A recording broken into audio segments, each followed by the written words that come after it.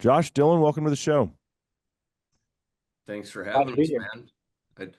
I wish we were here to talk about something different, but this is reality. Yeah, yeah. So, okay, Josh, you're up. Are you in Michigan or Minnesota? I'm in Can't remember. Minnesota. Minnesota. All right. Yep. And Dylan's here with me in North Texas. But last time we chatted, Josh, you were about to embark on a pretty epic spring turkey hunting schedule. Um, how did your season pan out? What states did you hunt? I don't. You might not want to divulge how many gobblers you shot because it might make people think that's crazy. But Yeah. how was it? That's right. We talked before that. No, it was great. It was awesome. It was the best turkey season I ever had. We had just a lot of birds, a lot of action. Hunted, I think, 6 or 7 states. Started down in Florida and ended up here in Wisconsin, where I usually do. Hmm. Wisconsin is um, pretty good. I'll just leave it at that. And bird numbers are up right now. I would say as high or higher than I've ever seen them. So a couple easy winners, a couple good springs for brooding and whatnot and hatching. And we've just got birds coming out our ears up here. So it was a Mm. great turkey season. So, which subspecies gave it up the easiest this spring? Did you hunt all four? No, I did not hunt Merriam's. Or wait, let's see, where did I go? I didn't hunt Rios actually. I wasn't Okay. trying to do another slam or single season slam. I just kind of went where my invitations took me and where friends wanted to go and stuff like that. Just no Hmm. specific goals, just go hunt turkeys, you know. Hmm. So then Um the Merriams probably gave it up the easiest. Actually not, man. The the one that I killed was I caught him going back to roost, so I had to run a big loop on him. Where we were hunting, it was still March, so they were still all like in winter flocks for the most part. Hmm. So they were actually pretty tough. I think there were 6 of us in our camp. I think we went 5 for 6. Normally where we go there, we'll go 12 for 6 because you can shoot 2 birds, but it was No, actually pretty wow. tough. Just, in that area, numbers were down, hunting pressure was up. They were still in What winter state was that? flock. That was in Nebraska. Okay, Yeah, in right a on. certain part of Nebraska where you can hunt with a gun at the end of March. Okay. Well, so my friend Dylan here, we've been best buds for 43 years. Our moms actually met while they were nursing us at a church party. So we say we're friends from the teat. And I, Uh, I don't remember life without Dylan. Obviously the same for him. But he enjoys things like golf and he's down to go fishing anytime. We actually did a bass trip out on OHIV for a couple days, which is just turning out 13-pound bass here in Texas like it's going out of style. It's like used to be what Lake Fork was. Um, but as far as hunting goes, I think he does have a little experience duck hunting with us back in college, and by that I mean we would drink beer, and then he had no interest in actually the hunting part. He just wanted to be out there hanging out. And then we would put his sleeping bag and a flashlight. We'd hang a flashlight in the tree, and he would just sleep there so that no one could hunt within like 200 yards of us. This is like a public hunting. I don't know how many times people woke you up and were like, "What are you doing, Dylan?" No, I would claim a spot for hunting, but I just was, gonna hunt later than that day, I guess. that's awesome. Yeah. But he did he did start going dove hunting with me. I don't know what, about a decade or so ago. Yeah, about 10 years ago, you invited me. You told me my birthday gift was you were gonna take me dove hunting. So I went and got a license the day before and we went dove hunting and we shot a limit. The two of us shot a limit together. Yeah. It was awesome. Yeah, it was great. And you went I think a couple more times after Yeah, I've that. been 3 times. Yeah. Did I we went get a limit every time? Every time we had a limit, I went 3 out of 4 years basically around my birthday, and it's Uh-huh. a lot of fun. I enjoyed duck hunting. Yeah. And I guess that was probably Bell that was picking up those birds. Yes. Maverick was probably retired or dead, and JoJo wasn't around yet. Rip Bell, sweet dog. So then you tell me you want to go turkey hunting. So in your mind, as not a super passionate hunter, like what was it about turkeys that was appealing to you? Well, as I've told Cable many a times, the part of hunting that kind of interests me the most is the actually having to hunt for them. I've seen lots of all of my friends show me their game cameras where they're throwing corn for an entire season to try and get a certain buck to come in.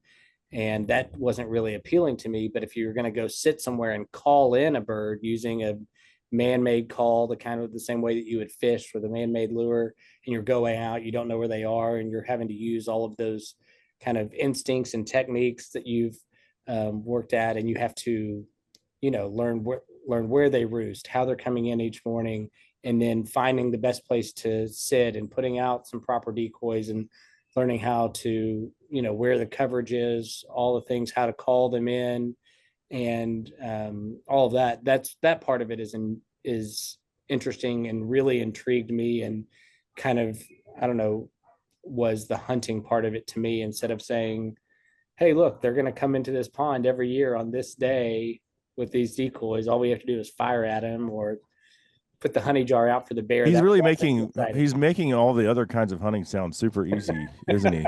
I'm sure it's very difficult. And I I'm know still there's waiting for that buck multi-hog to come trips. into that corn pile, by the way. He hasn't come yet. Yeah. Uh, But so that part of it, just I think it was the calling them in and having to actually hunt them was really something that intrigued me.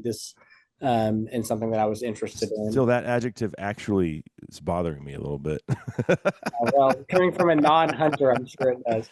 uh, but okay, That so being, how many times have we tried? we've tried Your turkey hunting guide must suck. 4 times. We've attempted 4 times. But these aren't just like 1 day trips. These are like 2 or 3 day. All of them are multi-day trips, and some Yeah. of them are multi-location trips. Oh yeah. 1 year we went to multiple locations, and 1 year we hunted on a few thousand acres. I mean, we've tried all of it, and I'm 0 for 4. Mm-hmm. So, Josh, one time I leased this property like way down in South Central Texas just for turkeys. The deer hunters had at least it had no interest in turkey hunting.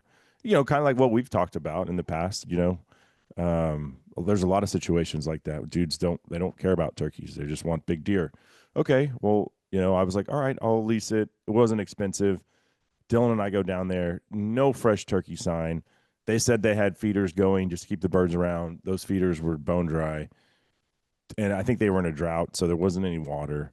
We didn't see any fresh turkey signs, so we called our other buddy who owned a ranch in the hill country. We're like, hey, what are you doing? He's like, I'm about to go to the ranch. It was like a Thursday or Friday afternoon. We were like, cool, we're inviting ourselves. We'll see you there. He was like, come on.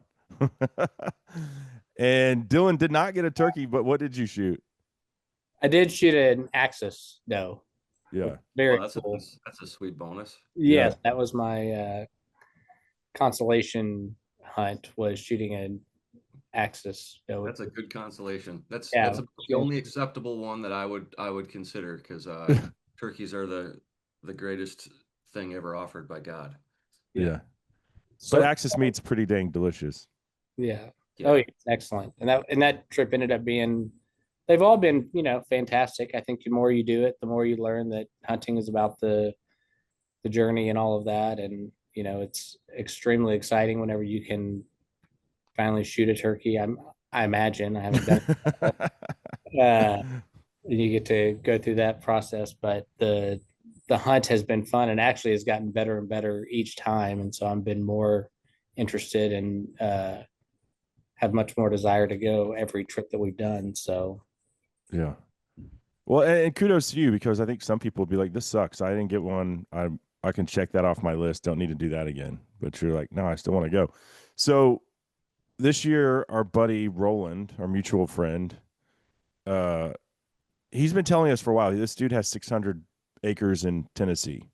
Beautiful rolling hills, well maintained, with a mixture of hardwoods that breaks up all of these all this pasture land. You told me And about this mythical place. Now I remember our last conversation because I was heading to yeah. Tennessee myself. So Dylan, you talk about our relationship with Roland. Who is this dude? I'll bring it back. Our buddy's ranch that we went to, that we invited ourselves to, was Cable's college roommate at Baylor, one of our friends at Baylor when we were there together, one of Cable's fraternity brothers. And his dad has been in a fantasy football league since the early 80s, since basically we were born. Back when they were doing fantasy football, they would meet in person and then they would submit their weekly, like who they wanted and their auction and all that by way of fax machine and by way of a answering machine.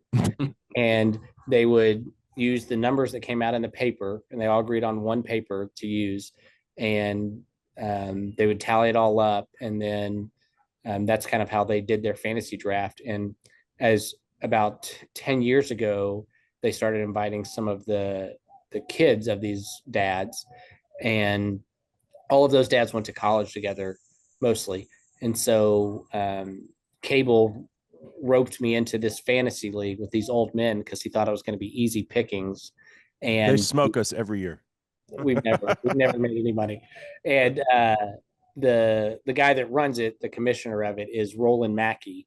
And so that's how we met him. And he loves to talk a lot of trash about fantasy and to gamble and drink and have a good time. And so we would always stay after the fantasy draft and talk to him about politics and sports and all that kind of fun stuff. He once called Dylan a squishy conservative. That's right.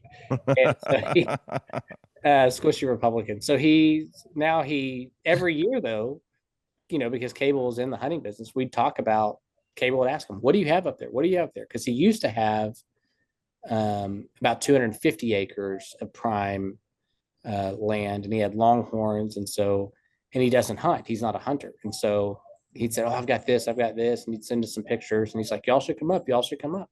So for the last 6 years, he said, "You need to come up. You just got to come up." And so finally, we're like, "All right, well, send us some pictures of some turkeys. That's what we want to see. What kind of turkeys do you have?" And he was just sending us these massive turkeys in his front yard. And I said, "Cable, we're going. Just figure it out with him." He bought 600 acres from Thomas Rhett, the country star. It was his old place, and he doesn't hunt it. And it has all of these rolling hills with hollers and creeks running through it that have hardwoods. And then they just open up into these big pastures where his longhorns are, and it's just acres and acres and acres where nobody's doing anything, and there's just turkeys running wild and free. And so we finally made it happen. Cable organized it with Roland, and we decided to go about a month ago. And we were all really excited because the week before he sent us pictures of this, just, what did he call him? He called him Kong, just this monster gobbler. Oh yeah, he called him Kong. And he took a picture out of his truck while he was just driving down his driveway, and it was just in his front yard. And we're like, oh man, I'm finally going to get my turkey, and it's going to be just an incredible one because we're going to call him right in. Best words. Mm-hmm. Yeah, so we get there and do like a little recon, drive around the property. He shows us everything, mission the first day, and we're driving back to his house, and there's just 4 toms just right there in the front yard. We're like, this is gonna be great. We're gonna murder them. And the hardest ones to kill, dude. We found the roost. Next morning, we're sitting there. They're hammering. We talked about this in our last conversation, Josh. Like you said, you've had birds stay on the roost for like an hour after daylight, maybe even longer. And I'm not kidding you. These things were hammering for like 2 hours, and it didn't sound like they ever left the roost. And we've got our backs to the roost because we're like facing into the opening there in the little pasture, and they're hammering below us in this hardwood bottom.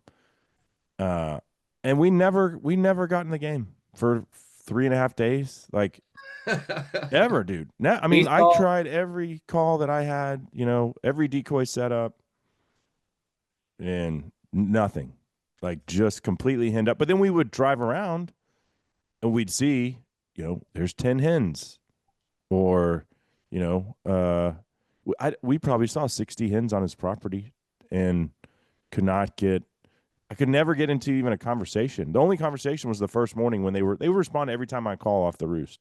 Right. And then after that, once they finally got down, never again did they ever respond to a call.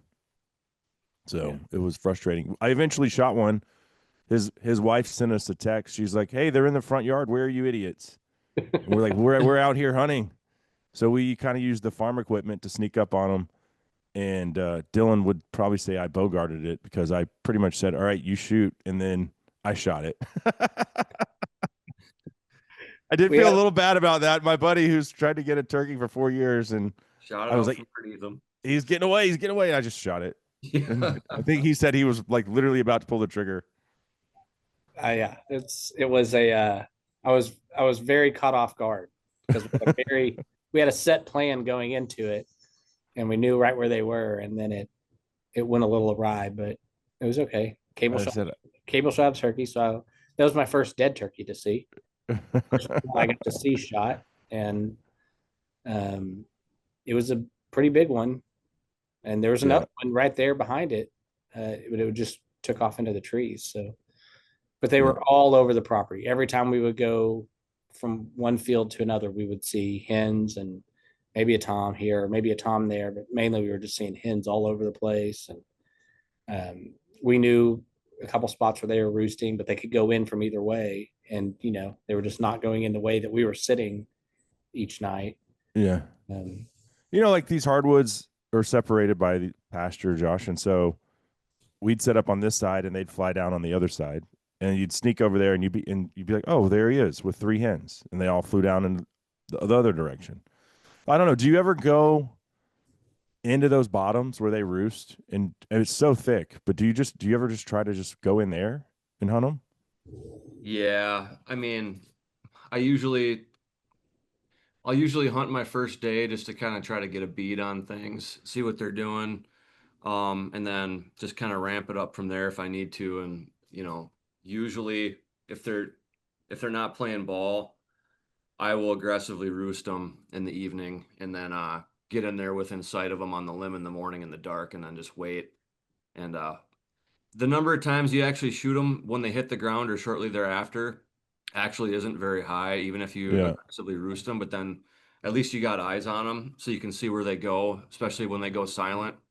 Um, mm-hmm. Sounds like not to pick it apart, but sounds like there were a lot of hens around, so you probably shouldn't have said a word to them until they hit the ground, because they'll stay up there and they will gobble until hens come within eyesight of them, and then they'll fly down. So usually if you call to them, unless they're really, really, really hot, um,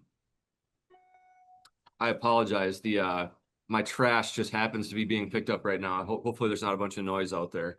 That's all right. We get a little. I think we're getting some dove ambiance from Dylan's yard too, which is yeah. Yeah, it's the nice. doves are nice. The dude picking up my trash bins out the window right now. That's so nice.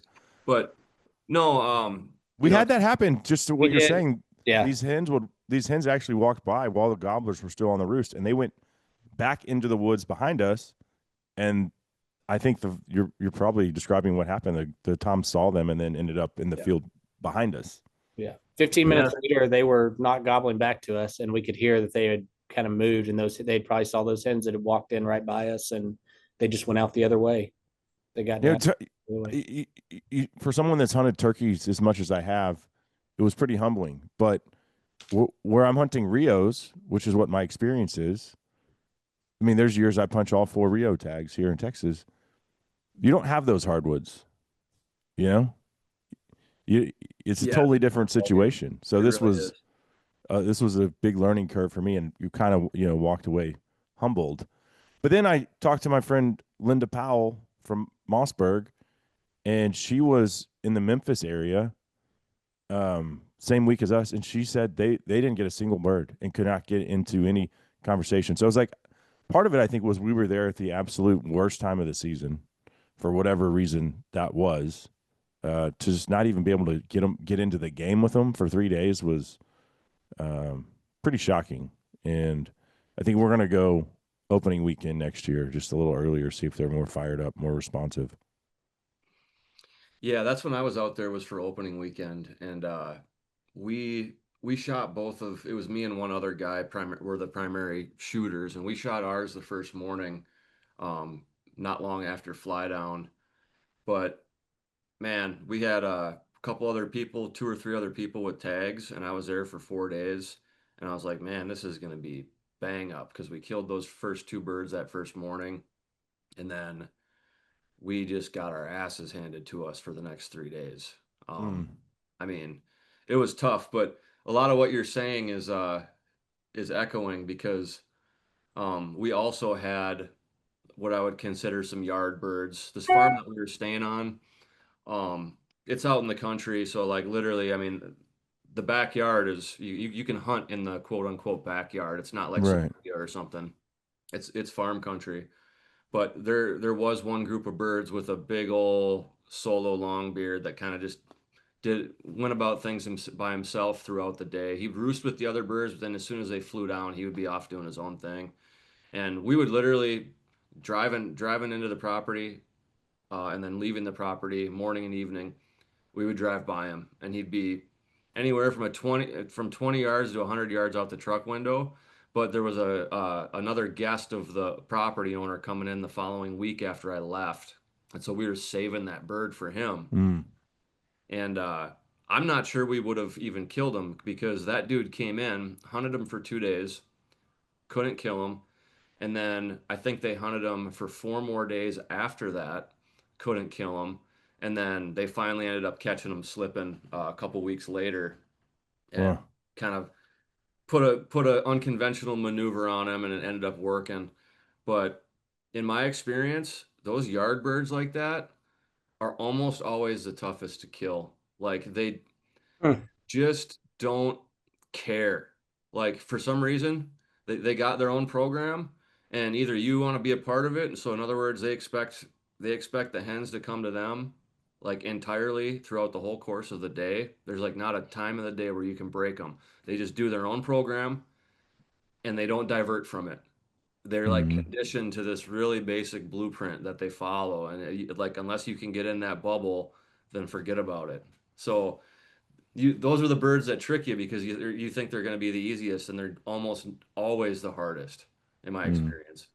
I mean, yeah, we set up away from the roost, try to find a different roost. You know, it's 600 acres. There's more than those four toms that hang out in Yeah. that front, right? Like Oh we yeah. tried different spots, like, and then there would be turkeys, but it would like be like 12. One time we saw 12 or 13 hens come in this one field, and that really was surprising too because there wasn't a gobbler with them. So I don't know if they were already bred or what the situation was, but it was like 13 birds all together. So that tells me they're not on nest yet. Where is the tom? Where is the suitor? It was for a while. We were sitting in the blind, and it was for a couple hours. They were just in this field, just walking around, and um, everything you're saying now makes a lot of sense, Josh, because that's exactly what we were running into. Was they were, I mean, they just we could see them everywhere, but we couldn't get them. And those Hmm. those hens just stayed 300 yards from us for 2 hours, and we're like, there's going to be a tom. That's just what's going to happen. There's going to be a tom that's going to come and from the other way, and they're going to go attract to him, or he's going to walk through. I mean, that's just how he's going to be sitting out there, and we're going to be able to have our perfect opportunity to call him in, and then we wouldn't see him. Yeah. So I will say everyone says Easterns are the hardest to hunt. I've never hunted Merriam's. I've seen Merriam's in the mountains many times. They do not seem incredibly wary to me. Easterns though, yeah, I think it's probably true what people say that they're the most wary, the hardest to kill. And in my limited, one time hunting them, it proved to be pretty frustrating. So but Dylan's down to go back next year, so we're gonna try it again and go a little earlier. We'll see what happens. But I did feel bad he didn't get his bird, and I shot the one out from under him because I thought it was gonna get away, and I was like, I'll be damned if we're gonna go home empty-handed. But the worst part wasn't not getting a turkey; it was Dylan. So we get back on Thursday, and he calls me on Friday and says, "Hey, I just found 2 ticks on me." And I was like, okay, big deal. Like I've been bit by 100 ticks. Don't worry about it. You're fine. And let me back up though. Dylan's hunting attire. I told him you probably want boots. I'm gonna be wearing rubber, like our muddy hunting boots, Josh. That's what I had up to the back of my calf. And I Yep. had my uh, pants tucked into my boots, right? So feel pretty good, tick proofing there. I told him you probably want boots. He shows up and hunts in tennis shoes for the entire time. I brought stuff to wear, but we were starting hunting in a front yard of our friend's house. So I just we were just sitting under, a tree a little bit into the to the to the woods. And so I was just in my tennis shoes to kind of to start with in the rest of my hunting stuff. And we sprayed some stuff on us, correct, Cable? I mean, half-assed attempted. Like it looked like some organic crap that probably wouldn't keep a tick away anyway. That Roland was like, "Here, try this." Yeah. Yeah. So I don't, and then I don't even think by the second or third day we even sprayed it on us. But I did see ticks on me, when I was sitting on the ground. I'd, see them on my clothing, my shirt or sleeve or whatever, pull them off, kill them, throw them, whatever. And I found, and Josh, I don't know, you've been bit by probably as many ticks as I have. I've been eaten alive by them in Africa, and sometimes they leave scars. Like, I don't know why they do that, but I mean, there was a smaller tick. I picked it off of like my inner thigh. I still have scar tissue from that tick in Africa, Huh. and no idea why. And then I had a big one on my arm. I posted it on Instagram. I could still feel a little bit of like cellulitis or something there from this trip that Dylan and I went on, but I never pulled a tick off of me from that hunt. So I don't know if they sometimes just because tick bites itch really bad. So you get them, but I think it's the smaller ticks don't necessarily latch onto you for as long, and they'll just bite you, then fall off. I don't know, Josh. What is your understanding on that? But those big Lone Star ticks are the ones that will stay on you, engorge with blood. That's probably the ones that you found on you, Dylan. I don't know, I but will. Yeah. There's some of what you're saying is right. Some of it's not. okay. So educate us because you have a lot more history with tick-borne illnesses. Okay. Um, well, I will I'll start with my story here. Which a lot of friends and family and acquaintances and people I've run into in hunting camps and stuff. I've told this to.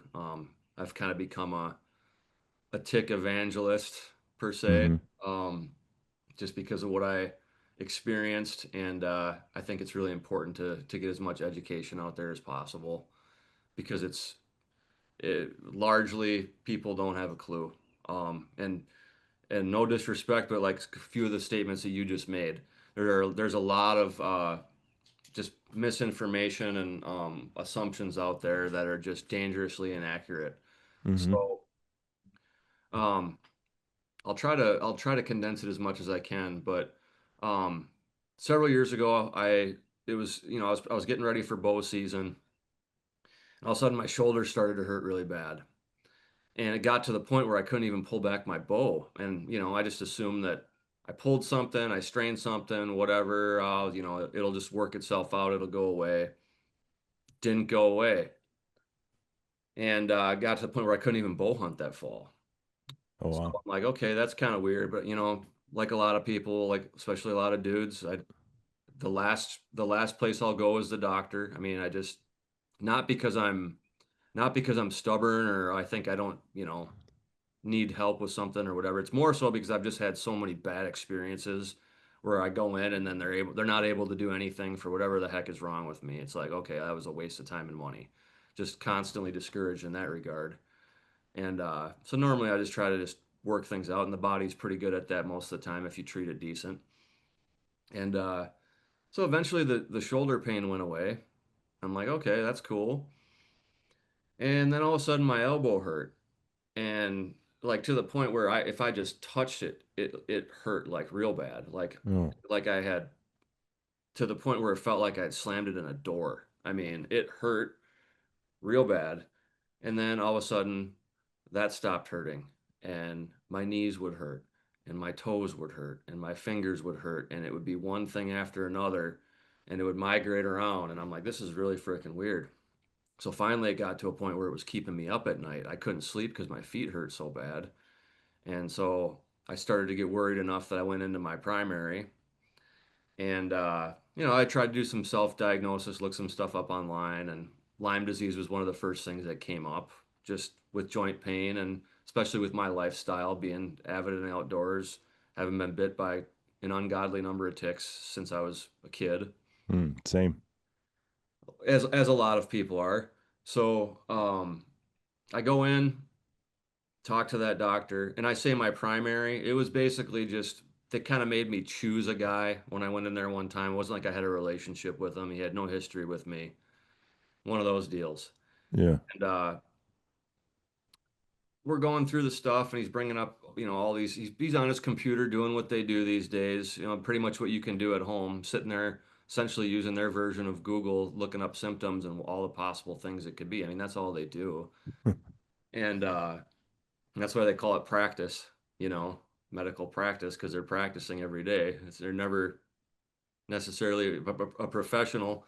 So um, he goes through all these ideas of what it could be. I'm like, well, shit, since we're just throwing out ideas, we think it could be Lyme disease? Oh, I don't think so. I doubt it. I'm like, well, why? I've been bit by a bunch of ticks, and like I'm outdoors all the time. Like, you're throwing out all these other possibilities. Why don't you think it could be that? And he's like, well, we'll run a test for it with some of your other blood tests, but I don't think that's what it is. I'm like, okay.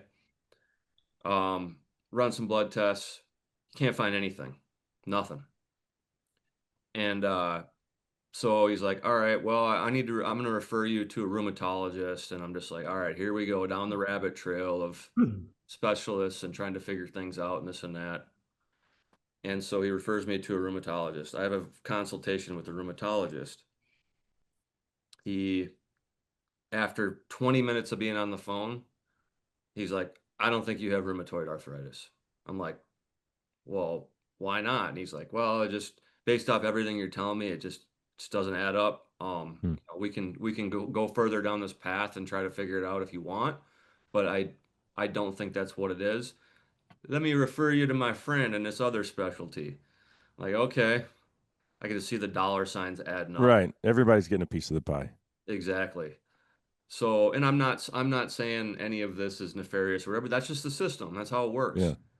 And so I just decide that I'm going to deal with it again.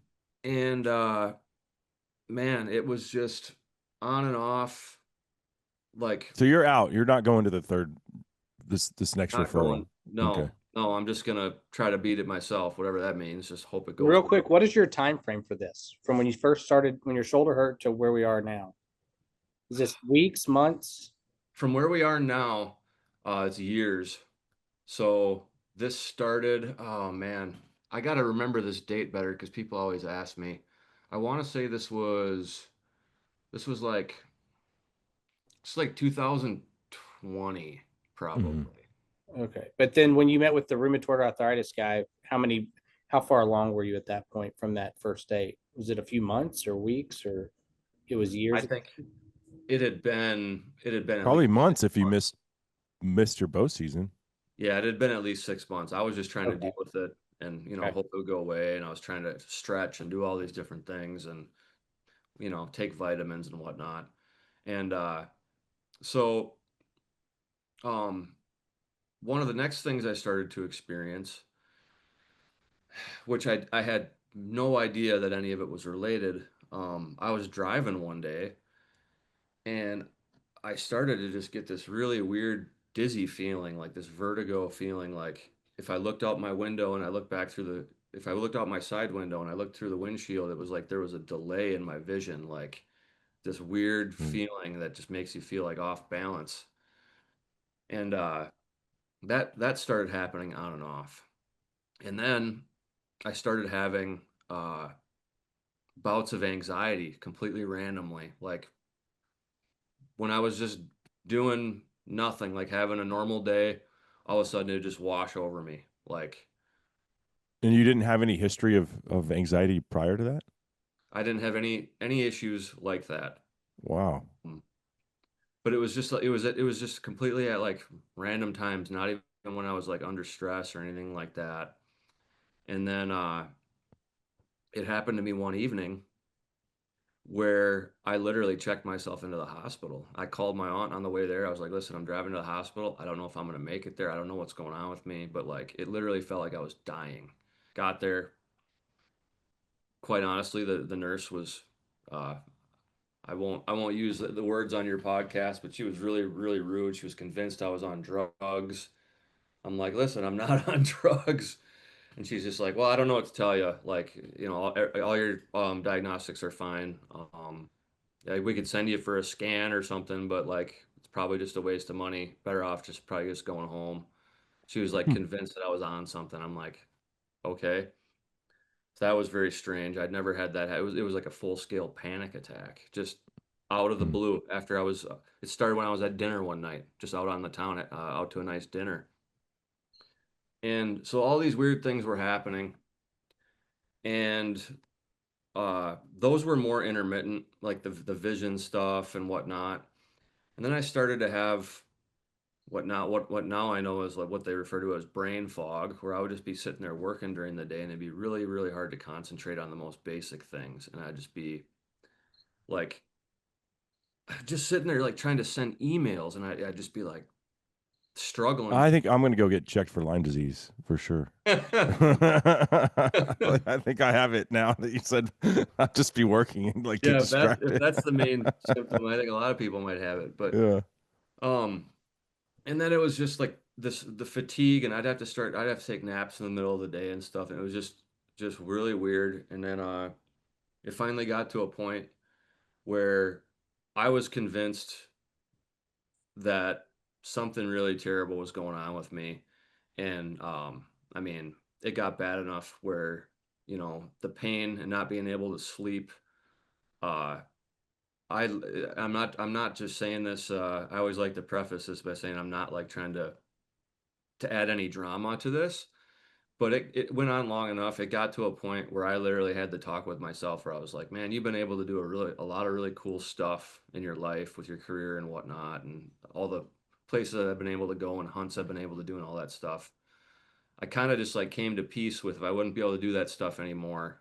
I've already lived 10 lifetimes compared to a lot of people. Mm. And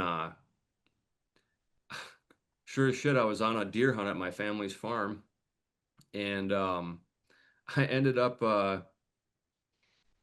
typical, typical dude. I actually got before that hunt, I had an ingrown toenail, which I had a few of those like when I was in high school, running track and cross country and football and stuff. So I know that they don't just like work themselves out. Like you got to go get it taken care of. But it was another one of those instances where I was like, I'll just, it'll figure itself out. And of course, it's not Mhm. going to. So I'm on this hunt, muzzleloader season, and I woke up the second morning and I put my socks on. I'm like, oh, this don't look good. Like it's infected for sure. I got to do something about this. Because coincidentally, I had just found out about a kid I went to high school with named Ryan Brown, who literally lost his leg from the knee down from a toe infection that he didn't take care of. Oh wow. It got bad enough into his bone that they had to amputate his leg. So I'm like, I look at my toe, it's like green. I'm like, I need to go to a clinic while I'm here and get this taken care of. So I went and did my morning hunt and then went right into the Priorities. I respect that. dude, I literally limped out to my stand that morning because it hurt.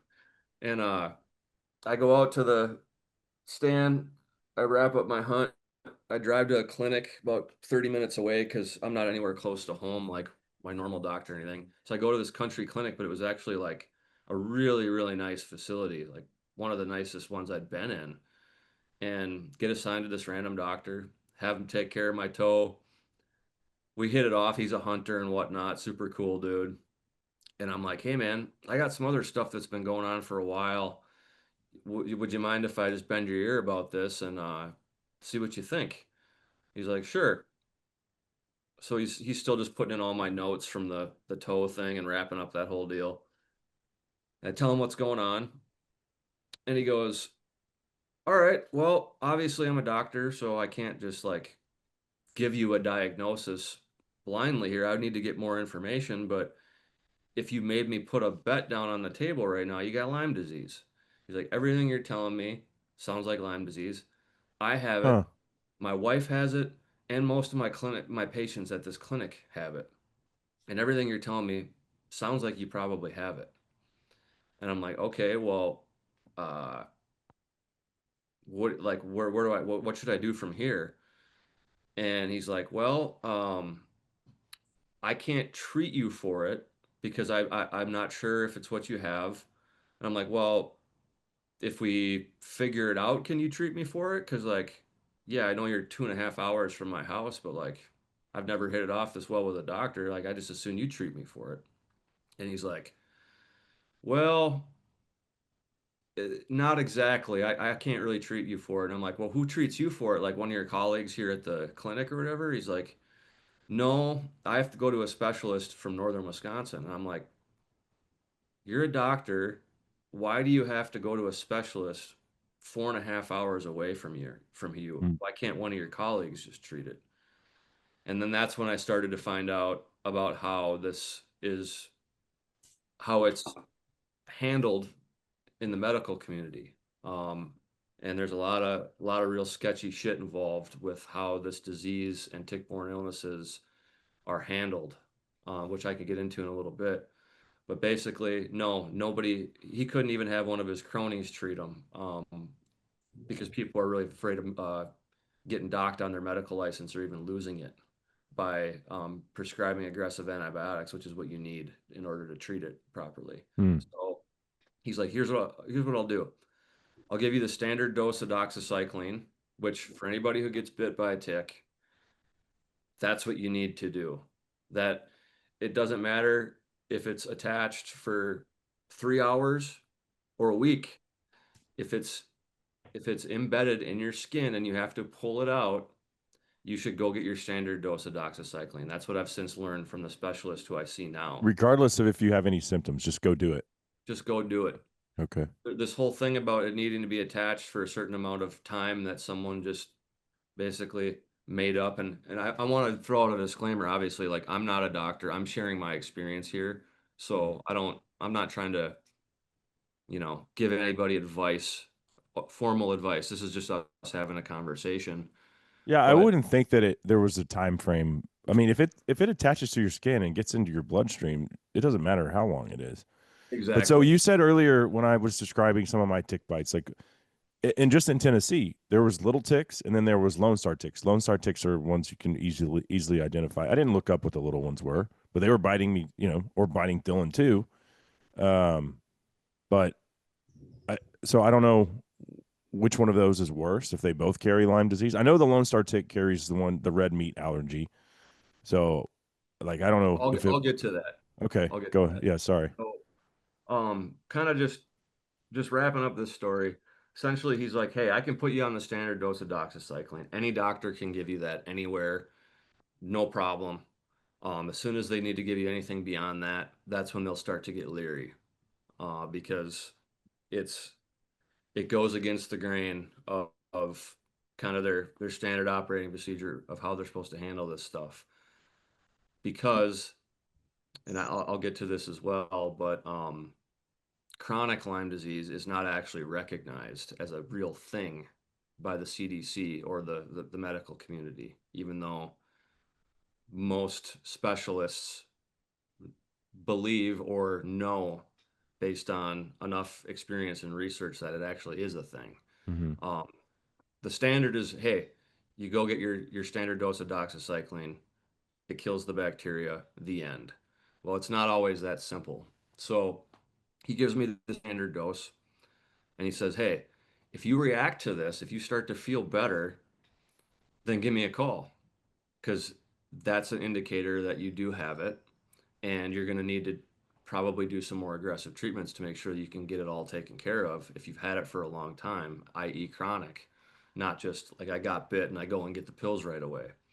So he gives me there's kind of a standard dose that they'll give you, but it varies a little bit. So they might give you 10 days, they might give you 20 days. I think he gave me the 20 days. So it's a little bit more aggressive, but still not like coloring outside the lines of what they're supposed to do. And I take it, and I'm like a couple weeks into it, and you know how it is, like uh, when you're healthy, you take it for granted because it's just normal. You just feel normal, like you don't know any different. And when you're feeling like crap, sometimes it takes a while to realize that you've hit a new normal where you're just feeling like crap. Like you don't necessarily like wake up one day and be like, "Oh, I feel like crap." And you know what I mean? Like sometimes it takes a little while for it to really register. I had been living that new normal for so long where I just felt like shit all the time that it wasn't like I took one of these pills and then the next day I felt great. Over a course of a couple weeks, it improved me. And then all of a sudden one day I was sitting there at work and I was like, holy crap, like I felt good for how long has it been now? Like if I felt good for at least a few days, maybe a week for the Hmm. first time in whatever it was, a year or something. And I had that light bulb go on. I was like, this is actually working. But you don't realize it instantaneously. It's like, oh, wait, I feel normal right now. That's weird. So he actually gave me his personal number. I texted him. I'm like, dude, I haven't hurt for a week or whatever. I feel fine for the first time in longer than I can remember. He's like, well, there you go. And then he gave me the referral to a specialist, went and met up with her. She did some diagnostic stuff and she started treating me right away with aggressive antibiotics. I was taking like 3 different kinds of antibiotics, 8 pills a day for months. And having to take probiotics and stuff on top of that and be really conscious of your gut health because you're killing all that bacteria inside of you, good and bad, when you're taking all those antibiotics. Mm-hmm. Getting into what this stuff actually is, Lyme disease is transmitted by a black-legged tick that we all refer to as a deer tick. There's 2 types in the United States. There's one that's more prevalent in the east and one that's more prevalent in the west. As far as I know, though, I don't know if there's a single state where there are not deer Mm-hmm. ticks. I think every state, maybe Alaska is an exception, but I think the whole continental United States has deer ticks. Um, those are what transmit Lyme disease, which is kind of the most highly suspect, most popular, not a great term to use, I guess, but that's what you're most likely to get, I believe, statistically, would be Lyme Mm-hmm. disease. But then there's all these bacterial co-infections that you can get that fly a little bit more under the radar, and there's a bunch of them, and they can all cause different problems. So you could have us three could be walking through the woods together. 3 deer ticks could jump off a leaf. We could each get a different one, and each of them could be carrying different bacterial infections. Dylan might Hmm. get Lyme disease. Um, I might get something else. You might get something else. And part of the trouble still to this day is in those early stages when you first get it, there still is no really good mechanism to be able to detect it. There's not a good test. Um, Hmm. that there's not a good test that exists. In fact, they're so ineffective that they're almost useless. Like that's what the dude told me when I first met with that one doctor who led me down this trail to figuring this out. Because he actually did test you for Lyme disease, the first guy. I told him I had been tested by my primary, and he's like, "Well, with what test?" And then he looked through my records. He's like, and I can't remember what that test is called. It's like an antigen test or something. Basically, your immune system has to react to the infection, and then that test can determine, um, you know, if it could determine if I think they're called antigens or something like that. Uh, that test can only detect those if they are present. So it's something like, don't quote me, but that standard test that they still use to this day is like more than 50% ineffective at Mm. discovering it in the early stage. And you can look all this stuff up. Mm-hmm. Even like that, those statistics, that research is actually acknowledged by the federal government and the CDC and stuff. Some of this stuff starts to go into a gray area. Um, so these deer ticks are the ones that can give you Lyme disease and all these other co-infections. treated. If you catch it right away, you get bit, you go get your doxycycline. It should take care of it. The Lone Star tick that you guys are talking about with the white dot on its back, Mm-hmm. that's the one that will it carries the alpha gal, which is the red meat allergy. My buddy Alex Robinson, editor of Outdoor Life, I got a hunting lease with him in Wisconsin. He's got alpha gal syndrome, but he's been able to treat it effectively so he can eat red meat again. Some people, as far as I know, can never eat.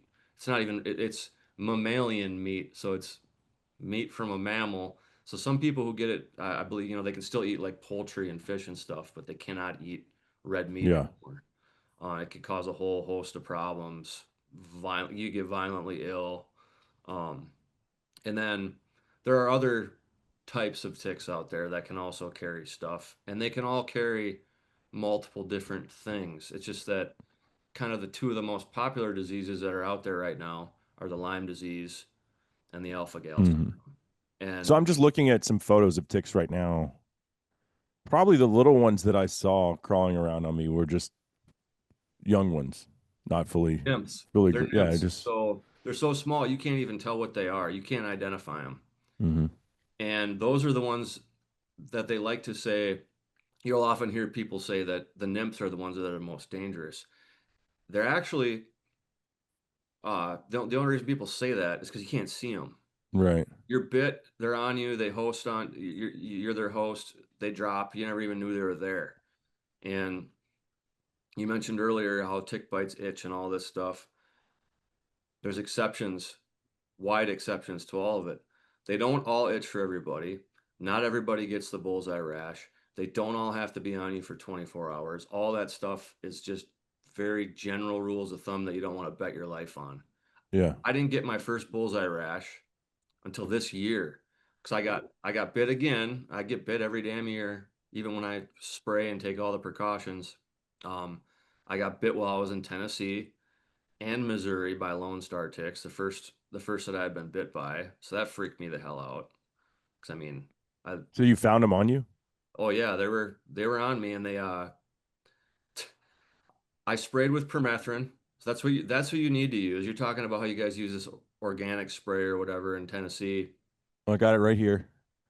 Once this all happened with Dylan, I had some just sitting at home, and I was taking my son out to go shoot rifles because we're going to Africa, and the landowner was like, ticks are really bad on the Oklahoma farm right now. So I was like, okay. So I mixed this up, sprayed the crap out of my son's clothes and mine. But yeah, this is the anecdote for preventing tick bites. Apparently, I'm not saying that whatever you got there won't work. I know there are a few other things that supposedly do work.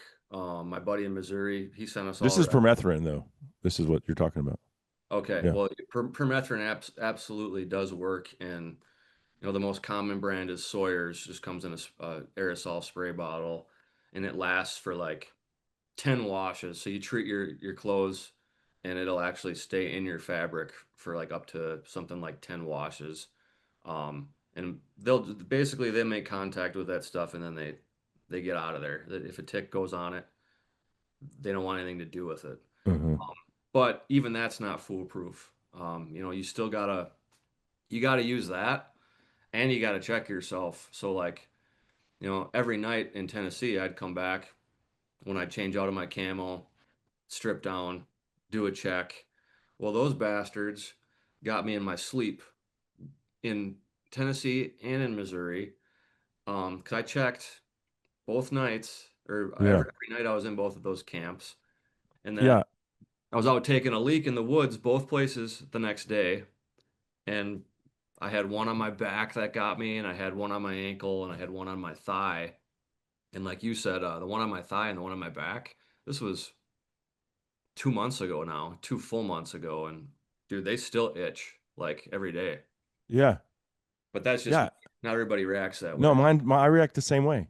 They'll itch for weeks on end, and then I'll have like that scar tissue there. Yeah. And in Africa, they have these little ticks called pepper ticks, and they don't get big like our deer tick or Lone Star tick. They stay pretty little, but that, again, hard to find. And I know that's the one that was responsible for this permanent scar on my leg. It's not a huge scar, but it's there. It's a knot, and I can feel it. And it's like that's going to be there forever. It's been 5 or 6 years and it's still there. But so these, the ones that got you in your sleep, where do they come from? Just like in your, maybe in your hair or something. Like this is because this is when I get bit, because I check myself too. And I know that I got tick bites when Dylan and I were in Tennessee, but they weren't on me when I went to bed. So I don't know what part of my body they were just crawling around on. But you get in bed and Dude, then you get bit they could be, overnight. I mean, you're in a hunting camp, so they could, people are traipsing them in from all over the place. They could be anywhere, and you're sleeping, and don't quote me on this, but I think they're similar to like mosquitoes. I think they detect like carbon dioxide or something. So It they could have find just been you. on our clothes and just crawled up on our bed or whatever. Yeah, they just find you. I mean, that's what they're Yeah. programmed to. That's how they make their living. So Yeah. they'll find your ass even in this in your sleep. And yeah, so once again, I got back from those trips and I had to go back on heavy antibiotics again because I actually did get the rash. I never got the rash before. I got it on my thigh, and I'm like, and it was it was the Lone Star tick. So I was like, shit, man, because those things, those are the prevalence of those is skyrocketing. Like they used to be like you'd hear about them, but like maybe you like you knew somebody who had seen one. Dude, I've seen in the past 3 years, all of a sudden I'm just seeing them. I haven't seen one in Minnesota yet, but I just about guarantee you they're here because I know they were in Iowa. I think 8 years ago I was down there on a turkey hunt. That was the first time I seen one. And then now I've just anywhere south of Minnesota I've seen them. So I'm sure they're up here now. And But you got bullseyes from the Lone Star tick, and they don't carry Lyme disease. they don't carry Lyme disease. Okay. No, so I don't remember of the three I had. I don't remember which one was which because I had one on my back, one on my Okay. ankle, and then one on my thigh. The one on my thigh might have been a deer tick, so I might be misremembering that. But that is where I got the rash. And Uh-huh. I'm telling you right now, and for your listeners, you're gonna go in if you have a tick bite, and they're gonna ask you if you got the rash, and they're gonna ask you how long it was attached. And sometimes they will oftentimes they will tell you you don't need doxycycline if it wasn't attached for 24 hours and if you didn't have the rash. Demand it. And if you do, they'll give it to you. Mm. You probably don't even have to push that hard, but just take it. It ain't gonna hurt you. There's all this fear around antibiotics and whatnot. And again, I'm not a doctor, but just just take it. Like it's worth it. Because I can Mm. tell you that this can get bad enough that I mean my story is minuscule compared to the stories I've learned of since I've started to go through this whole process. The people I've met just in the outdoor industry alone. Now, I'm not talking about people refer to the industry and then, just the wider like outdoor hunting community.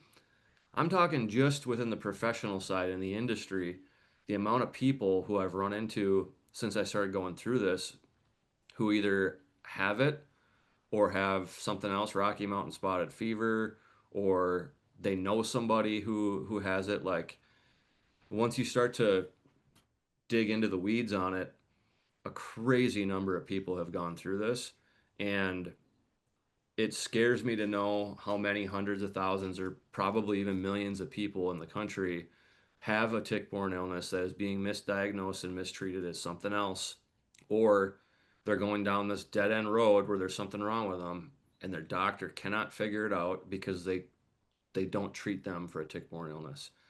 Mm. My buddy's wife, I have a personal example. She was a shining example of health. She was a model for years, started to go downhill, having all these issues and stuff. I told him on a phone call one day about what I was going through. He's like, maybe she should go get checked out for some of this stuff. I'm like, wouldn't hurt. Within 2 weeks, she found out she had Rocky Mountain spotted fever from a black bear hunt she had gone on in Canada. Wow. That was the source of years of torment she had been going through, thousands of dollars, no answers. And it's because it's not it's just not like in the mainstream medical community. tick-borne illnesses they're kind of just brushed under the rug. And I wonder if I have one. Like there's sometimes joints hurt. I'm like, oh, I'm just getting old, or like, you know, when you've been bit by that many ticks, it good. seems like maybe I should just go get checked out preemptively. Now, Let me, Dylan's let me just let situation me just share is, you one little statistic yeah, that'll blow your mind. And I don't know what it is for Texas or anywhere else, but 1 in 3 deer ticks, adult deer ticks in Minnesota, and 1 in 5 nymph deer ticks in Minnesota have Lyme disease per the oh my gosh. that's per the Minnesota Department of Health. That's not just some random guess I'm pulling out. So that means there's probably even more. If anything, they're likely conservative in their estimate. So Wow. as an average, 40%. So if you get bit 10 times, 4 out of those 10 times, you're likely to get Lyme disease.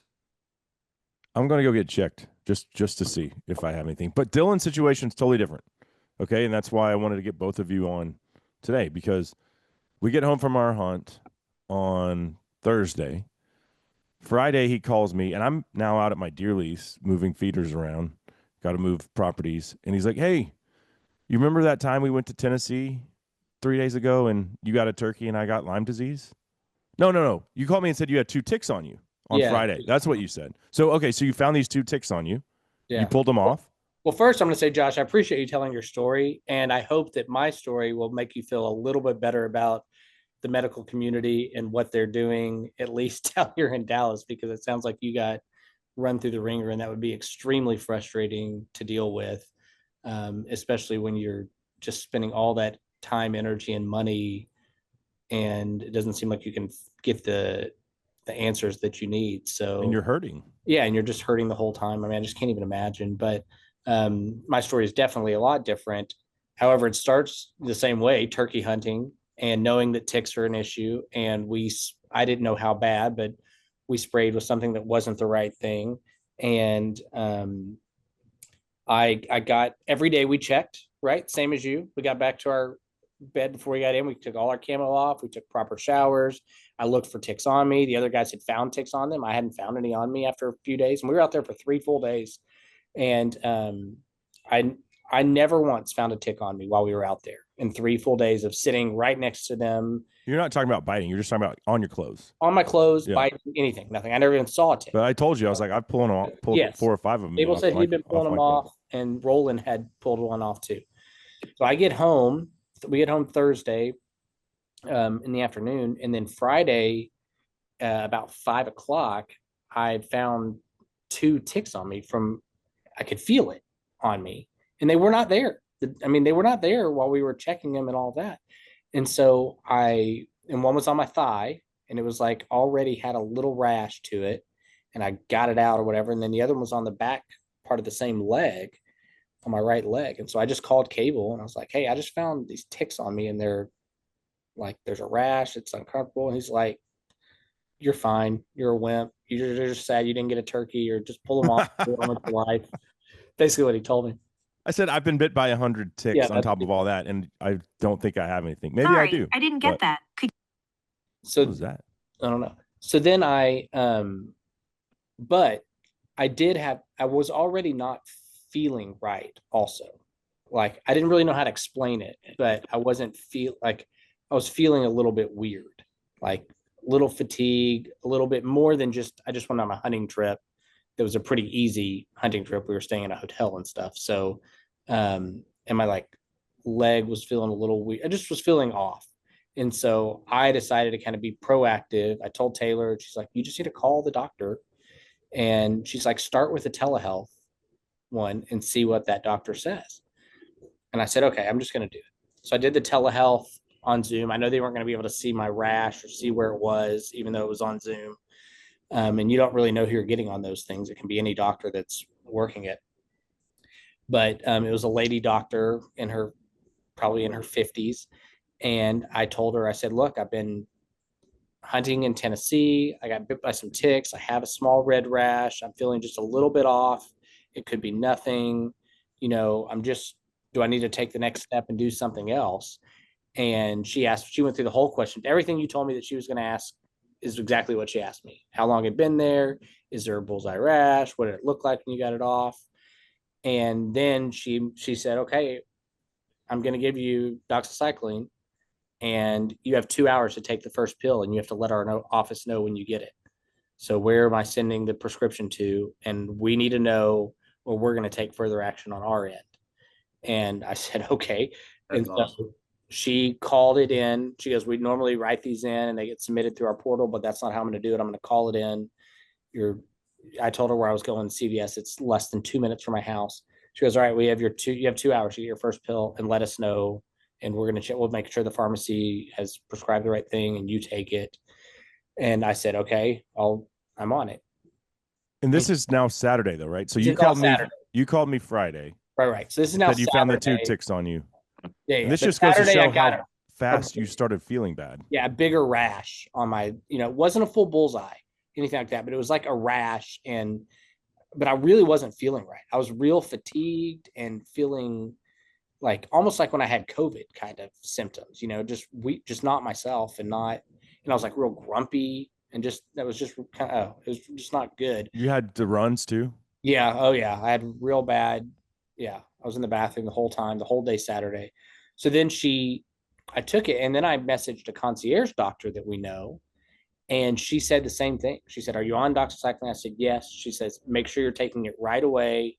Follow all that and be mindful of your body and what it's going through. And every day she gave me a little checklist to go through to make sure that I wasn't getting worse or wasn't having any symptoms that were going to take me downhill. But going back, that first doctor also said, we're not going to test you for anything because they're just not accurate. There's just no way to give you an accurate test to say you have Lyme disease or you have this. She's like, we don't test you in any way. Cause that's what I asked her with I said, do I need to go to a lab and get tested or do anything? She's like, no, we don't, there's no test that's going to give you an accurate answer to what you're looking for. The best thing we do is put you on this doxycycline and get on it immediately. And so I did the 10-day dose with a monitoring every 3 days that I had to check in. And then the other doctor, our friend that's a concierge doctor, of course, she gave me a hard time about it, but was very adamant about being diligent about doing the checklist every day, making sure that I was taking my medicine correctly and any additional symptoms I was documenting, and the symptoms that I did have, how were they manifesting 3 days later versus 6 days versus 10 days. And then I did a follow-up after 10 days with it. And I still have like a little red mark there. And obviously I guess it sounds like there's a chance it could be there forever.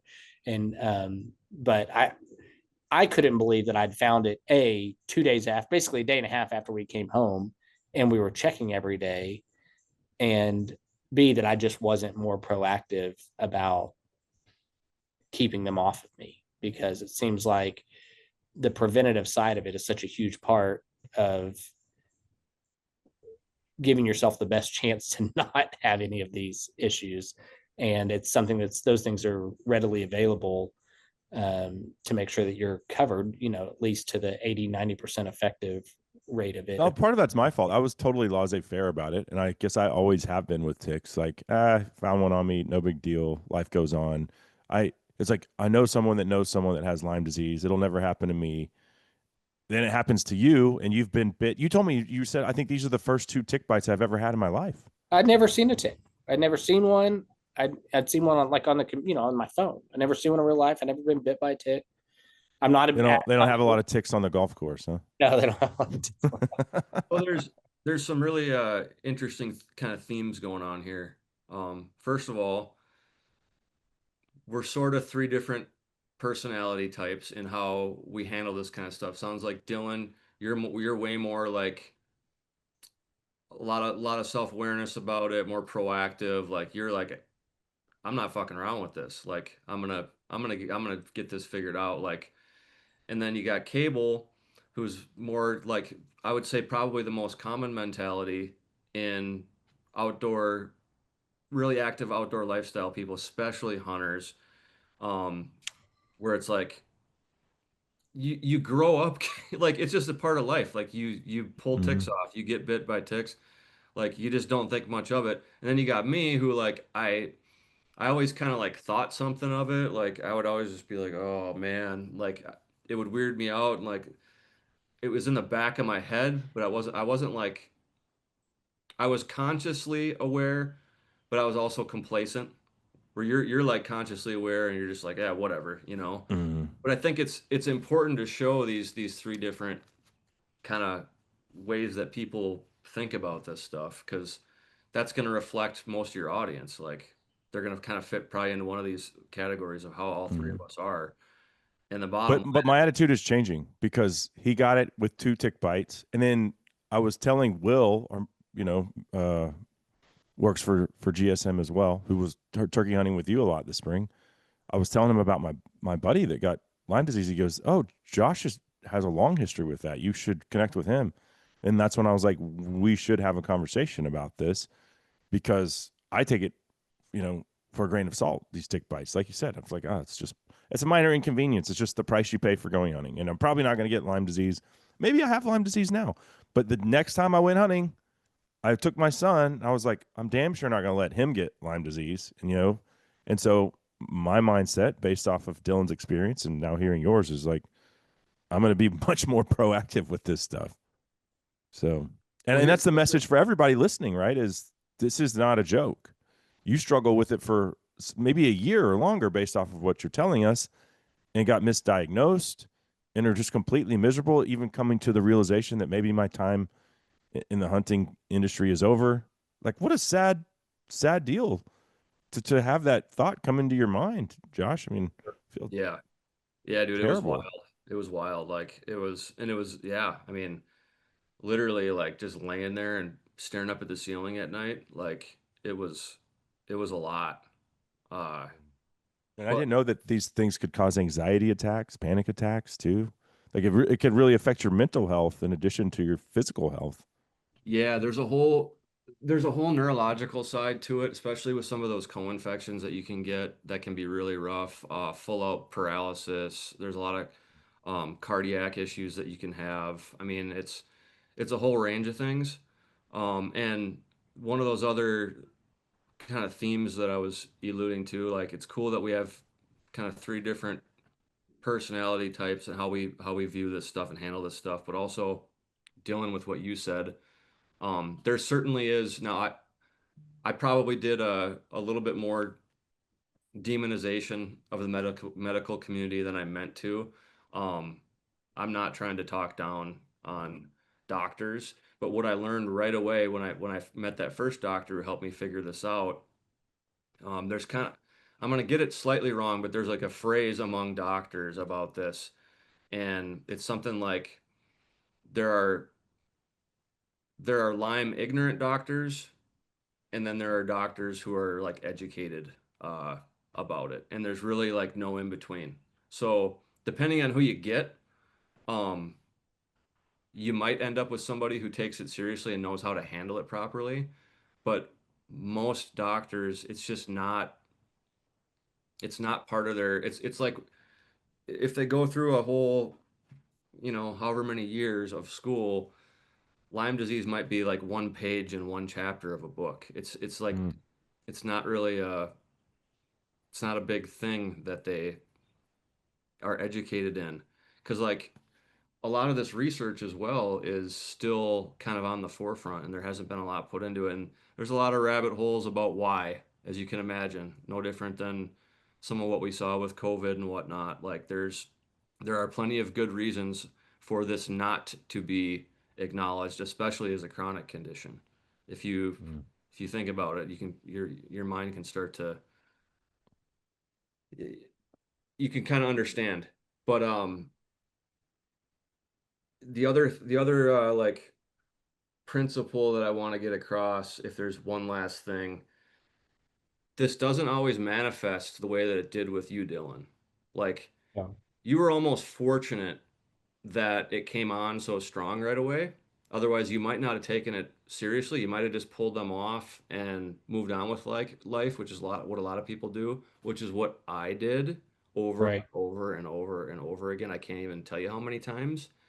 And um, with this whole concept of it being a chronic condition, what I discovered with me was that it didn't fully manifest for years, and oftentimes it'll manifest if you're undergoing other types of stress in your life when your immune system gets weak. So essentially, your immune system, if it's strong, you could get it and it could suppress it for any amount of time, and you don't even know that it's in you. It's almost like it's dormant, but your immune system is beating down the bacteria enough that it's not obvious. But now, looking back, even years before I started to have like the real joint pain, I was having I was having pains and back pain and stuff quite often that I didn't have any explanation for. Like I would just wake up and like my back would hurt all day for no reason. And now I have reason to believe that it was probably manifesting a little bit at that time. Um, but I went through one of the first questions the specialist asked me. She goes, "Have you gone through during this period of time when you started to really feel all these symptoms? Did you have anything traumatic happen in your life?" And I'm like, No. Like, she's like, "Any car accidents? Did anybody close to you die? Like, did anything bad happen in your life around this time period?" I'm like, "No, I don't think so." And then all of a sudden it dawned on me when all of this did come to fruition, I was going through a really bad breakup, and I was actually like living in my friend's basement during that period of time, and that was when all of it came on. Oh, Yeah. interesting. So I told her that, and she goes, "That's why I asked you the question." She's like, "The majority of the time when I do these kind of interviews with new patients that I have, and she's treated for sure hundreds, if not thousands of people, um, she said most of the time she can identify a specific event when somebody underwent an abnormal amount of stress and their immune system got weak. And it's like your immune system's battling this thing and keeping it at bay, and then your immune system drops, and then it hits like a point where it just takes off. You know what I mean? Yeah. It's beating it down, and then it just boom. So Huh.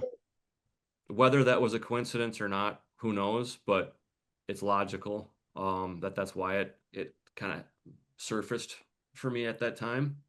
So it's important for people to realize that you might be walking around with it, and you might never realize it. You might get to 80 years old or whatever, and it never really fully manifests. That is a possibility. But if all of a sudden out of the blue at some point you start having some of the telltale signs and they cannot trace it to something else, you should really consider it as a possibility. And for those people out there who, like my friend's wife, who was going through years of hell and couldn't figure it out, and she went to all these specialists and this and that and tried all these different treatments and stuff. If you get to that point, you might as well just try to treat for it and see if it does anything. Because what do you got to lose? It's like, oh, you have to take a bunch of antibiotics. Your stomach might get a little funky for a while because it's a Yeah. lot on your system. But if you get to that point, do something about it. So I got two questions, one for each of you as we wrap up. So Dylan, you are, and I would call you about every other day and just see how you're feeling. But you're symptom free at this point. Yes. I felt I kind of did exactly what you said, where like all of a sudden you realize, oh, I feel great. I don't have any issues. And mine were not what yours were, but it was clearly something was wrong with me. I could feel something wrong with me that wasn't there. It was like when you go out for a long night of drinking and the next day you don't feel right, except I hadn't gone out for a long night of drinking. I was just living my normal life. And so, yeah, I'm symptom free, no issues. I took my full round of that, did the checklist per the doctor, afterward monitored for another 10 days.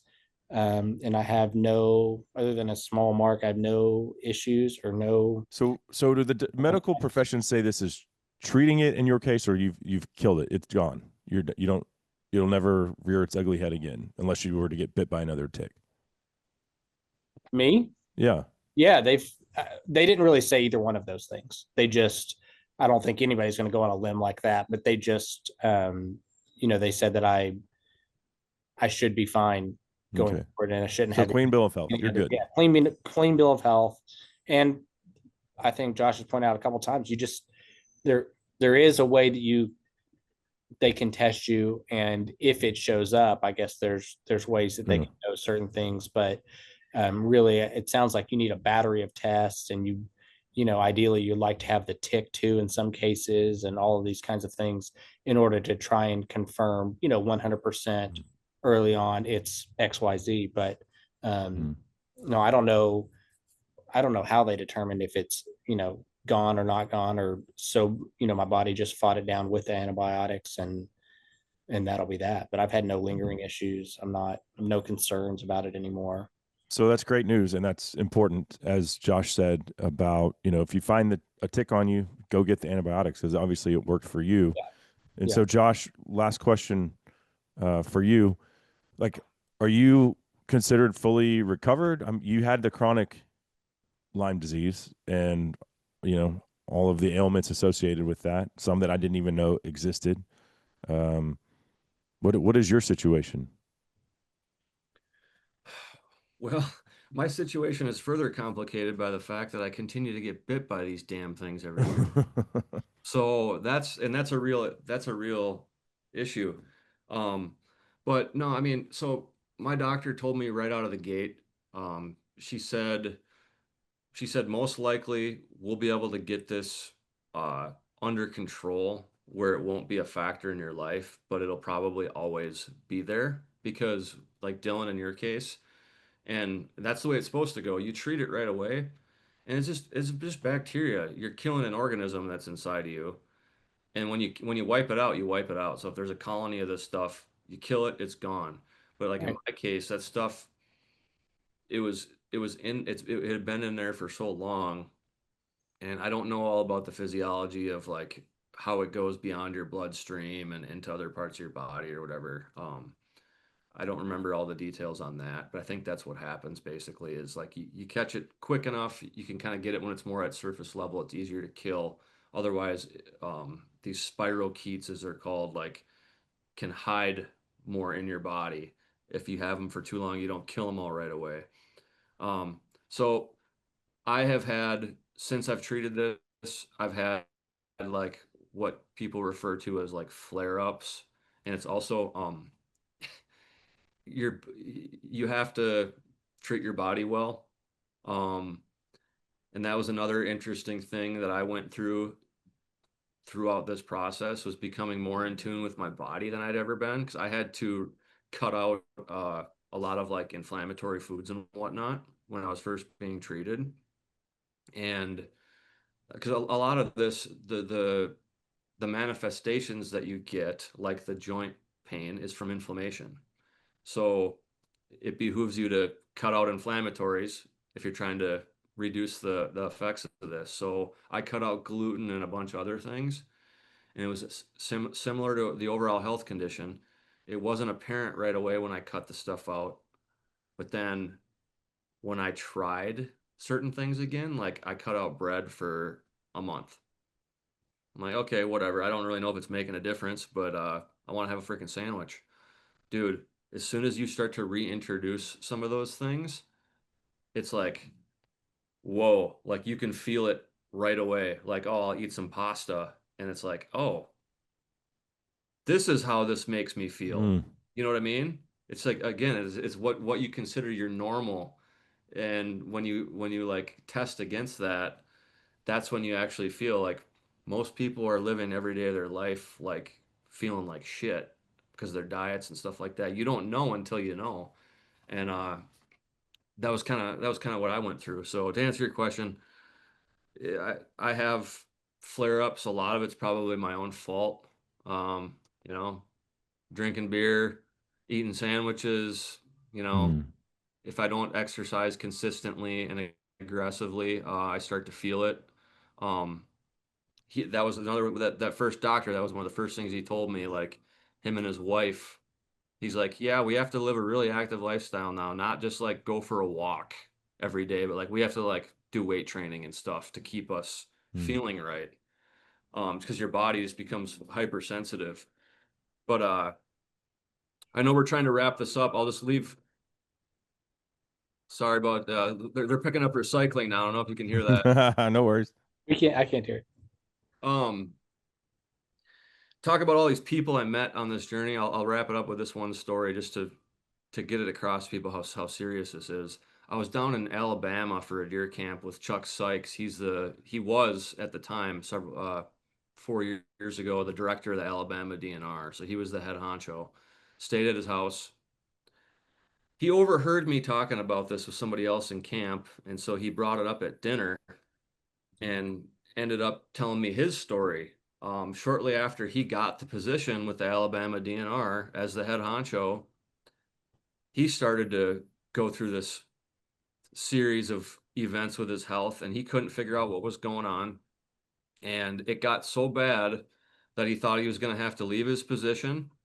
And he was to the point where he had to shuffle his feet to walk around. He couldn't even walk normally anymore. Mm. Starting to take him down neurologically.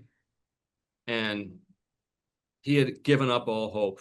He just thought he's got some kind of fatal disease and they can't figure out what it is, and he's just going to have to deal with it. So he was just on the cusp of quitting his position that he cherished so much at the DNR. You know, he prior to that he worked there's an online TV show called The Management Advantage. He used to own and run that whole thing and blah blah blah. Gets this position, this coveted position as the director of the DNR, and then all of a sudden just starts tanking. Can't figure out what's going on. Almost relegated to a wheelchair. And then finally he figures out what it is, treats it, and within 6 months he's back to normal. But that Wow. happens to a lot of people, and they don't ever figure out what's going on. Either they're having the brain fog or the fatigue, and they just their whole lifestyle changes, or maybe they can't walk normally, or I mean, there's been kids who have been paralyzed and wheelchair bound for the rest of their life. Like a lot of stuff like that happens, and if you don't catch it fast enough, there is a point of no return. So if he wouldn't have caught it fast enough, he probably would have been essentially paralyzed for the rest of his life, all from a damn. Yeah. I wonder, as we are wrapping up, but I wonder how many of us, maybe well, me for example, are walking around with one of these tick-borne illnesses, and maybe something traumatic or extremely stressful hasn't happened and it's dormant and it hasn't manifested yet. I wonder how many of us have it. And then you guys have one thing underlying theme between the two of you is there's not really a good test for it. And so unless you're displaying some of these symptoms, like you don't know. But so I wonder if it's even worth trying to combat something that you don't know you have. But you know you've been bit by a lot of ticks. Like I don't know. That's the question that now in my mind is like, what am I walking around with something that I could treat now if I knew I had it? I don't know. Something to think about.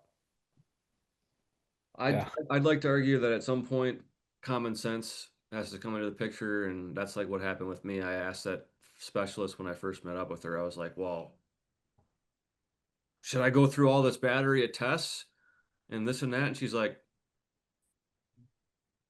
"You can if you want to, but why? Like Yeah. we've started treating this and it's working. So what more do you need to know?"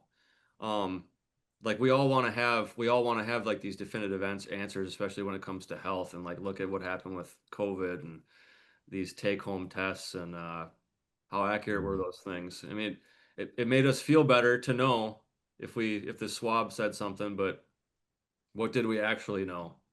I mean, if you're sick, you're sick, and if you're doing something to treat it and it's working, it's working. So at some point common sense has to rule the day, right? I'd rather have COVID 100 times than Lyme disease. I'll tell you that right now. Absolutely. Having had it a couple times. Well, guys, I certainly appreciate it. Thanks for each one of you sharing your your story dealing with Lyme disease. Two very different paradigms, but I think educational from both perspectives. Catch it early, treat it. Josh, that's your, that's kind of your mission now, is to educate people on this. And then Dylan actually just lived it. So, it's not, it doesn't have to be the death knell or really affect your health long term if you catch it and treat it. So I appreciate you guys. Dylan, we're going to get that turkey next year in Tennessee. I'm glad you still want to go after not getting a turkey. That was the call that he said, remember when we went to Tennessee and you got a turkey and I got Lyme disease? I thought he was joking. I was like, dude, you found 2 ticks on you. You don't have Lyme disease. He's like, no, I literally just had the call with the doctor. I've got Lyme disease and I'm being treated for it right now with antibiotics. So, yeah, appreciate you guys very much and hope you have a great summer. Yeah, we'll talk again next year after the turkey. All right. Sounds good. Bye.